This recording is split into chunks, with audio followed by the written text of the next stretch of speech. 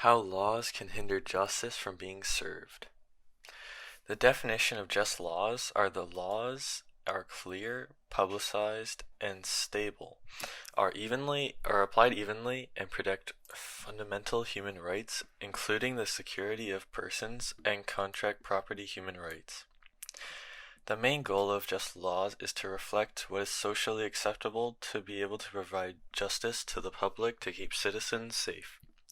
In general, the laws which are enforced in our society works to serve this purpose, but as anything else that is created by humans, laws cannot be perfect. In this video, we will discuss how the slow process of lawmaking can prevent what is socially accepted to be reflected in the laws, and we will also converse about the interpretation of laws and how it can be different to everyone. Both of these issues highlight some of the flaws of the current creation and enforcement of laws which can hinder justice from being served. The creation of laws.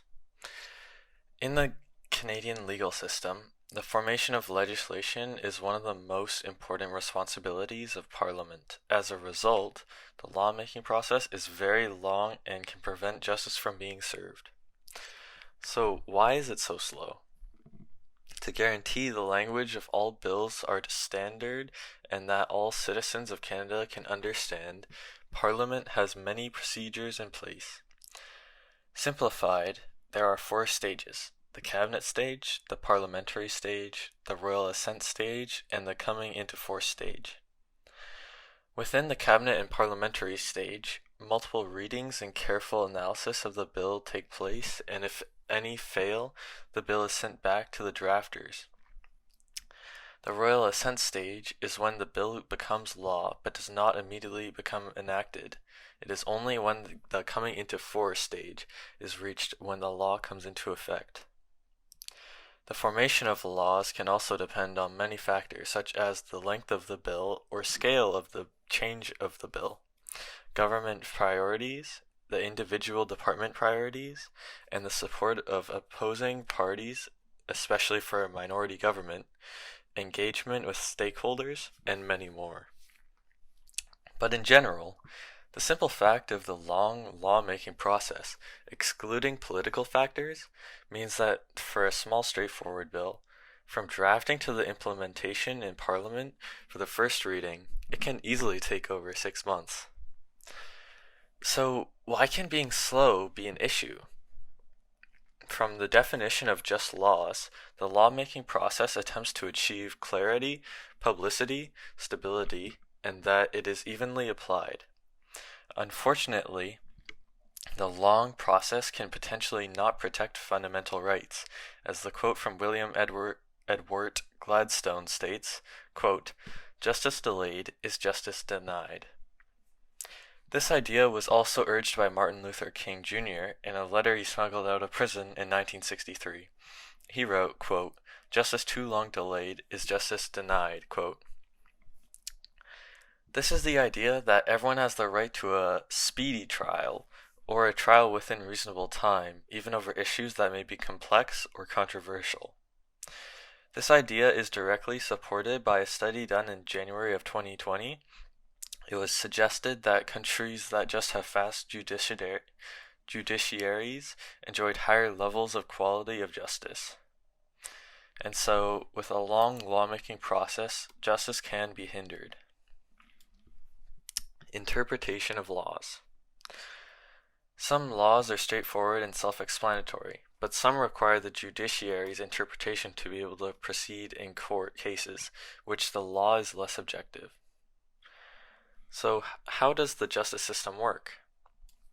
One of the jobs of a judge is to know the intention of the legislature, as even if a case meets the objective requirements of the law, the intentions of the mens rea and or actus rea must be the same as the intention of the law.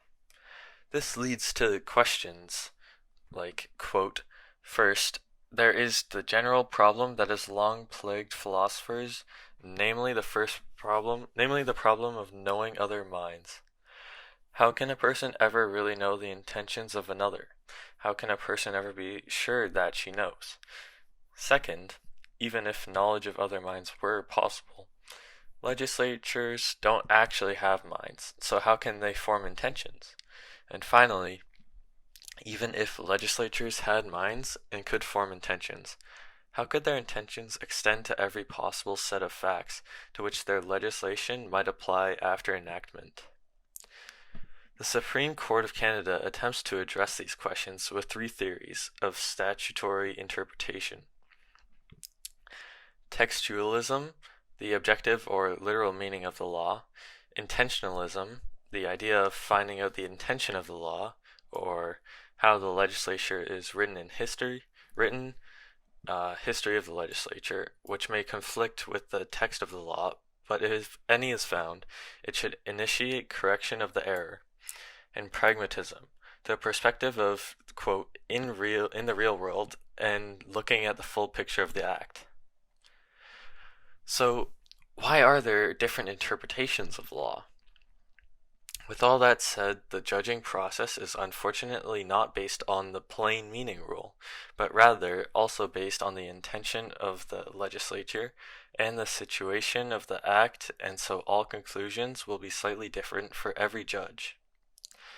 The intention is that all accused will have a fair trial, but it can leave room for variation even in similar cases. All in all, laws can hinder justice from being served on account of the Canadian justice system possessing a slow lawmaking process, coupled with quick changing social norms, and the justice system having to rely on a judge's interpretation of the legislature.